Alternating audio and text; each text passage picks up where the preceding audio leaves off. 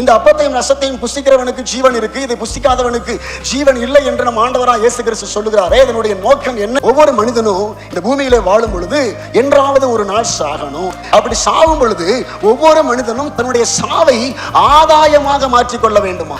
கிறிஸ்து எனக்கு ஜீவன், சாவு எனக்கு ஆதாயம். அப்ப கிறிஸ்து ஒரு மனிதனுக்கு ஜீவனாக மாறினதற்கு பின்புதான் ஒரு மனிதனுடைய சாவு ஆதாயமாக மாறுகிறது. அதனாலதான் ஆண்டவராக இயேசு கிறிஸ்து இந்த விஷயத்தை இவ்வளவு தூரம் முக்கியத்துவப்படுத்தி பேசுகிறார். மனுஷகுமாரனுடைய மாம்சத்தை புசியாமலும் அவருடைய ரத்தத்தை நீங்கள் பானம் இல்லாமலும் இருந்தால் உங்களுக்குள்ள ஜீவன் இல்லை, ஆகவே உங்களுடைய சாவு ஆதாயமாகாது, அது நஷ்டமாய் மாறி.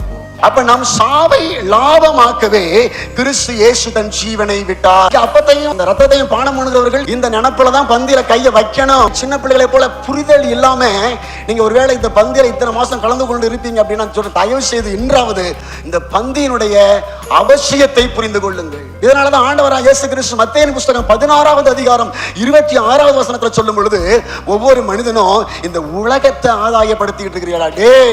நீ உலகத்தை ஆதாயப்படுத்தினால் லாபம் என்னன்னு கேட்டார். வாசிக்கலாமா? மனுஷன் உலகம் முழுவதையும் ஆதாயப்படுத்தி கொண்டாலும் தன் ஜீவனை நஷ்டப்படுத்தினால் அவனுக்கு லாபம் என்ன? மனுஷன் தன் ஜீவனுக்கு ஈடாக எண்ணத்தை. ஏன் நாம் இந்த அப்பத்தை புசிக்கிறோம்? ஏன் நாம் இந்த ரசத்தை பானம் பண்ணுகிறோம்? ஜீவன் உண்டாயிருப்பதற்காக. என்னுடைய மரணம் லாபமாய் மாற வேண்டும் என்பதற்காக, என்னுடைய சாவு ஆதாயமாய் மாற வேண்டும் என்பதற்காக. நீங்களும் நானும் சபைக்கு வரும் பொழுது எந்த ஆதாயத்தை தேடக்கூடாது? எந்த ஆதாயத்தை தேடணும்னா உலக ஆதாயத்தை தேடி சபைக்கு வரக்கூடாது. என்னுடைய சாவு ஆதாயமாய் மாற வேண்டும் என்கிறதான ஆசையோடு தான் கர்த்தருடைய ஆலயத்திற்கு வர வேண்டும். இதுதான் இயேசு கிறிஸ்துவினுடைய உபதேசம்.